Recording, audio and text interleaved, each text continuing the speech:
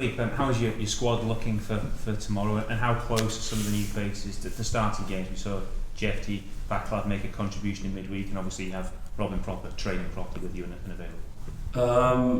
There were no problems after the Kiev game, so nobody came back with knocks or injuries. So that's a positive thing, and it's important to integrate the new players, to give them minutes.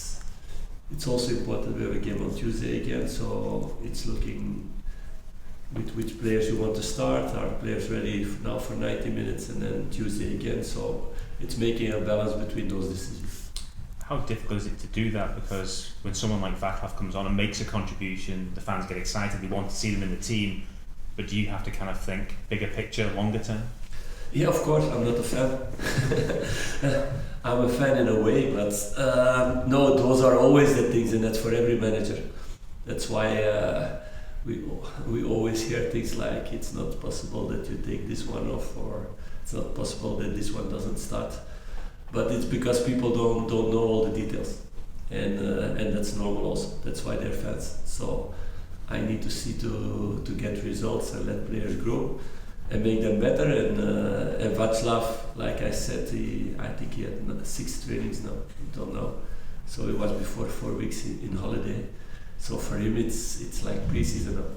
So people cannot expect him to play 90 minutes for the moment. Although he would love to do, but he said also he needed after every accident some time to recover. And he was a little bit frustrated about that because he wants to be important for the club and to play more minutes, but he felt also that it was not possible. So we need to take into account those things. That's my job. He's one of the players who's just come in. One who may go out is Yanis Hadji. There is a suggestion that maybe Rangers will be willing to let him leave without a fee, rip up what's left of his contract. Does that fit in with what you've spoken about retaining value in players and making sure players don't leave? That's a rumour, not a rumour that I hear until now. So.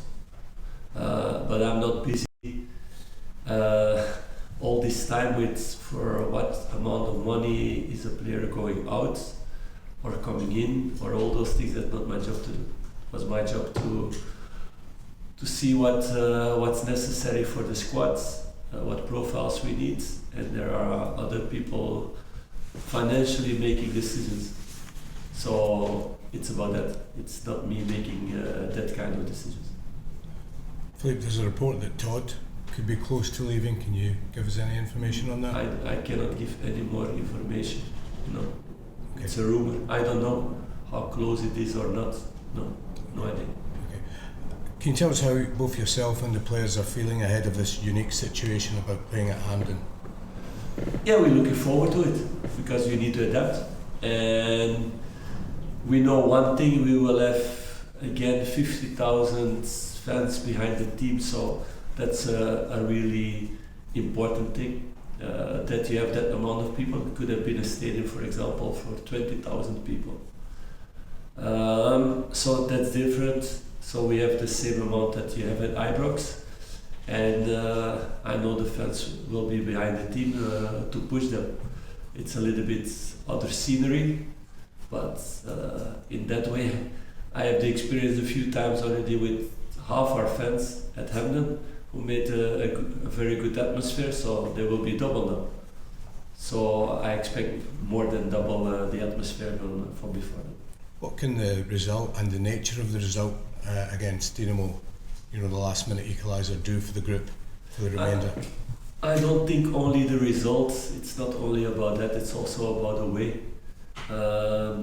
Because the players played a good game, and from the start, because we started really well that game also. So it was not like in the last minute you score an equalizer out of nowhere. We had at the end 6 good chances and they had 3 good chances. So that's the most important thing, and then the results follow. So it's confirmation that week by week the team is getting better, and players get better physical levels, players coming out of injury getting better, players coming in get to know each other better, getting physically better. So that's the way we're going to continue the next weeks and months. That's why I said also we're gonna be, of course, better in October and November. It's a logical thing. When you signed Jeff Day, obviously you signed him as a defender, did you always think that you might be using him in a further role? I thought it was a possibility, yeah, but I didn't think I had to do it now. But if other players don't perform at that moment at the level they should perform to play, then you need to look for other solutions. How impressed were you with him the other night? It was what I expected. So he's a very talented player. That's why we made a big fight during 6 months to get him here. But from January on, we kept a lot of contact with him, and he was really convinced to come to Rangers. Although a lot of teams were interested in him, although his team where he was playing wanted to keep him, and a lot of other clubs wanted to sign him, but he was really convinced about the project here with him, and he's a very talented player for the future who for sure needs to learn still a lot of things, but it's normally he's only 20 and he had 1 year experience in Europe, but he has the right mentality to fight and to be there for the team, and he has a lot of physical and technical qualities also. Two more, please. In terms of the move to Hampden, how much input have you had in the decision making and trying to make it as smooth as possible as transition for the players so that there's no effect on the pitch? Yeah, I've been involved in that, about choices to make, and it was for me the best scenario, and not only for the players, for sure also for the fans, because we need to think about that, and that was for me also a priority, that they could feel in a way at home, not traveling much more than it is now. It's not a big difference. It's a little bit different maybe for people, but not a big difference.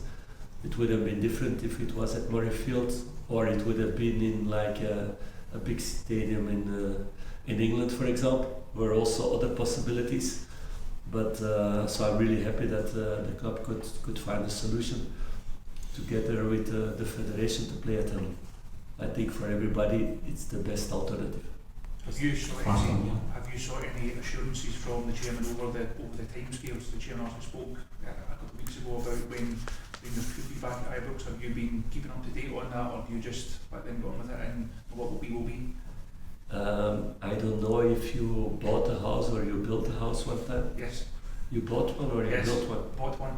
I don't have the money to build. Somebody who built a house one moment? Nobody built a house, never? We don't have that one. We've not got No, for more money. No, it's different in the UK. It's not so many new houses. That's true. But yeah, it's in hands of other people. It's not in the hands of the club in that way. So until everything is done perfectly, there are no guarantees in that way. So of course everybody's pushing to have it as fast as possible, but nobody can give guarantees around that.